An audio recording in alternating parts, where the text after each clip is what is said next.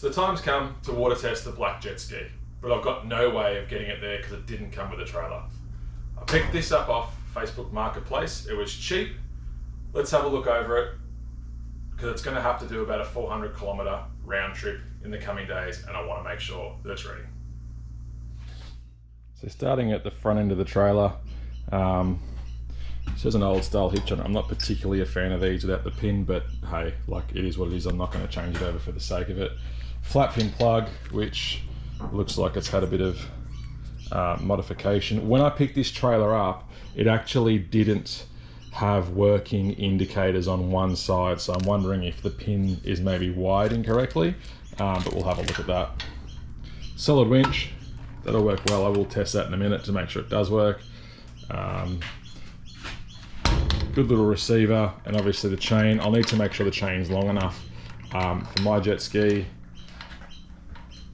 Galvanized, which is great. It does look like it's had a tickle of paint on top of the axle there. I want to check the bearings to make sure they're all okay. Like I said, with a long trip, I don't want one of them blowing out. Lights. And then again the other side. So let's have a look at it, deep dive, and see if we can work out why these lights aren't working. Let's start there. So before I could even put the camera down, I think I've worked out why these lights aren't working. At some point in time, these wires have been crushed. So let's strip that back and fix that up. Not ideal spot given this is going to be in the water, but we'll strip it back and see what we can do. I'm just going to give myself a bit more real estate and cut off these cable ties for the moment. I think that one can probably stay. Yeah, I'll leave that one on there just to support that silicone. Let's cut this back and see what it's hiding. Start to peel this back. So I bought this trailer because it was fairly inexpensive, and obviously I have to move the ski. I've got that hull still, which I want to get out of here. I was cautious about buying a cheap trailer because you never know, especially something that's been exposed to the water, especially the salt water.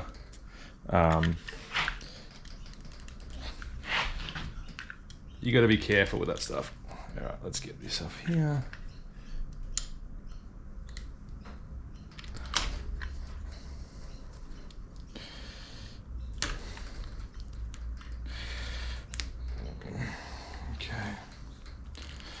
Sells plenty of real estate. That's had water in it for a while. So these wires, sometimes you see the white powder on them. It's like a talc they put on them when they manufacture them, but this has actually had seawater in it. I can feel that it's no good. All right, so it looks like there's just the one, which is lucky, but that white's pretty crushed. I'm gonna fix these two, so I'm gonna fix the white and the blue. The other ones look okay, they're structurally still round, but that white one's pretty flat. I mean, it'll probably be okay, but while I'm in here, I'll just cut that and we'll see what we can do. So I've just stripped these wires back. As you can see, they're very corroded, and hopefully you can see that, but like the black, there's no real copper showing on that one, but we'll see how we go. So because the wires are so dirty, it makes it hard to get your solder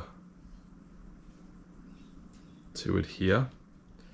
You really need, like in this case, I mean even in this case, I don't think a heap of flux or baker's flux, which is like a cleaning agent, would even serve me that well.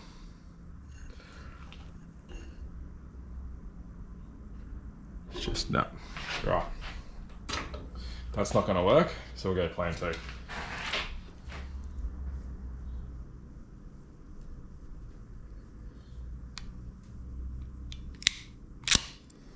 kind of like just putting a jumper cable in, really, if you're doing a little bit of wiring.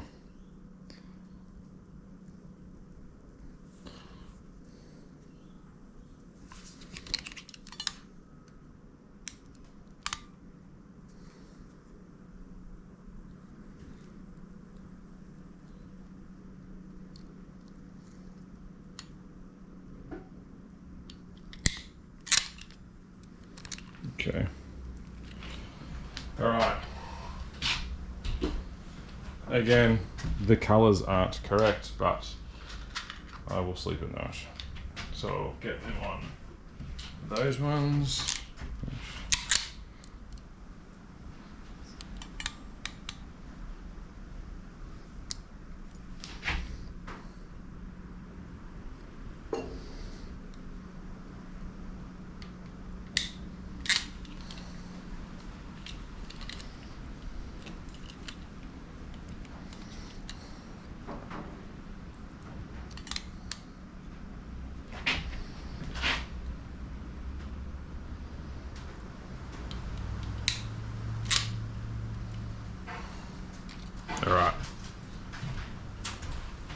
Alright, so gonna heat shrink over these.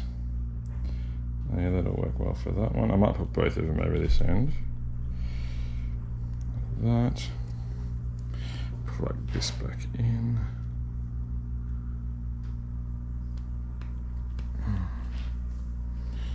Okay.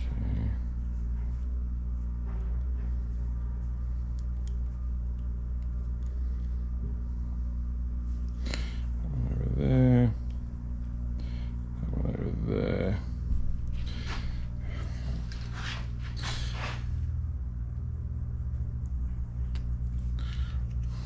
Again, not the ideal situation for me. I'd prefer to take it all off and redo it, but because this is cheap, I don't want to, until I work out how it sort of is going to survive with me.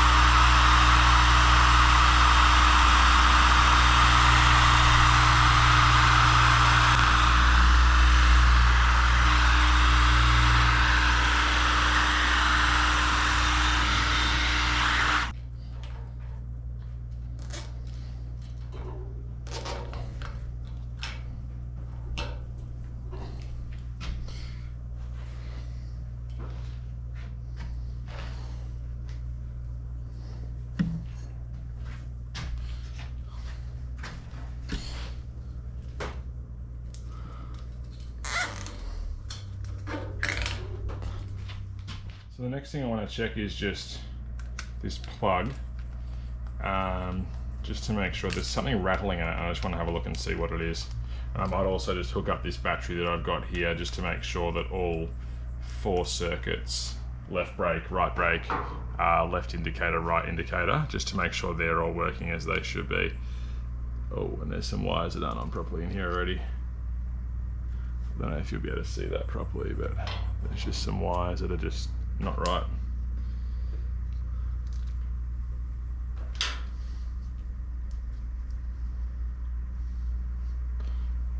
Try and get you a closer look.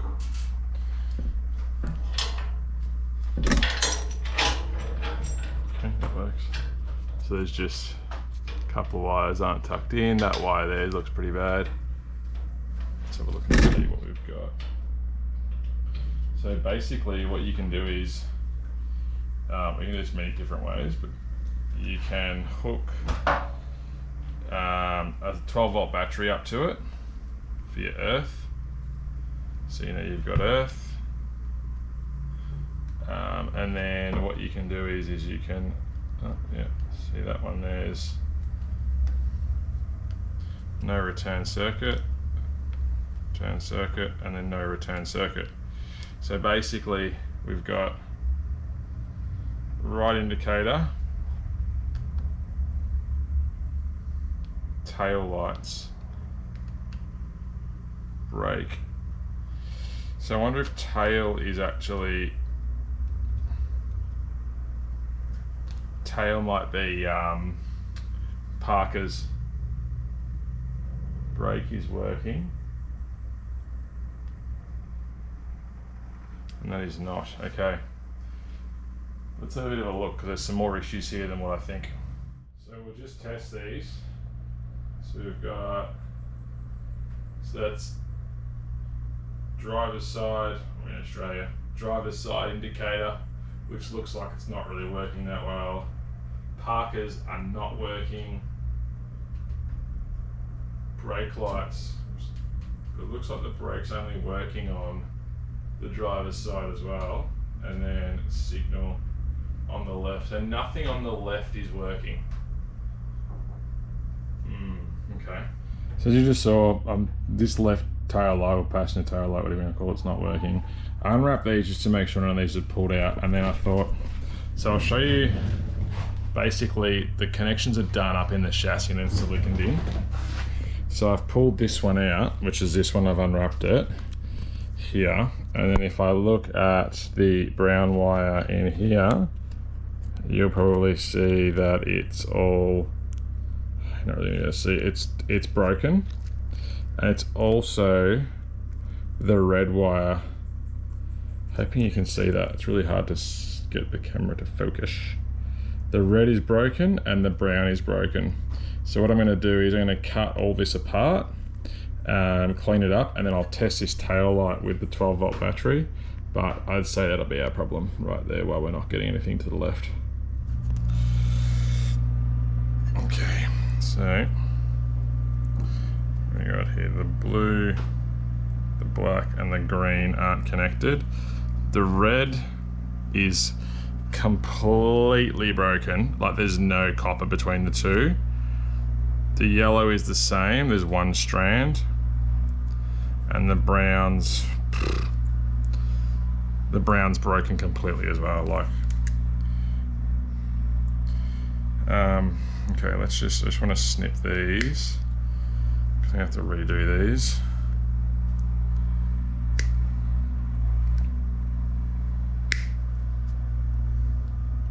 The yellow is the only one that's not. Oh, nope, the yellow's broken as well. Okay. So let's see. I just want to put some power to these and check this tail light actually works. So just confirming that's indicator, but I don't know if you can see it. Let me move this. So if I liven up the indicator circuit, I only get the bottom three diodes. 1, 2, 3. As you can see, brown is tail lights, which technically that's working. One diode is working. And then red is brake, but the brake circuit's obviously no good either, because there's another 1, 2, 3, 4, 5, 6 that are supposed to come on at the same time there, and they're not. So I would say that this tail light's no good. Yeah, might rethink the tail light and the wiring situation on this. All right, let's check these bearings to see if they've got grease or not. There is grease around them, so I'm assuming that they might have something in them. Either that or it's all come out. Yep, plenty of grease in there, which is good to see. So lots and lots of grease. These tires, I'm just looking at these tires, they're not horrible, but the more you look at them, there is dry rot in there. I'm just thinking I might just rip them off and then get them changed to something newer.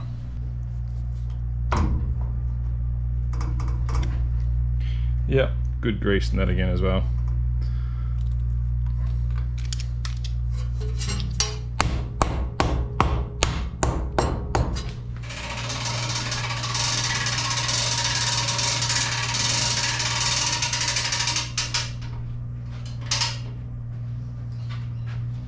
Well, the winch works.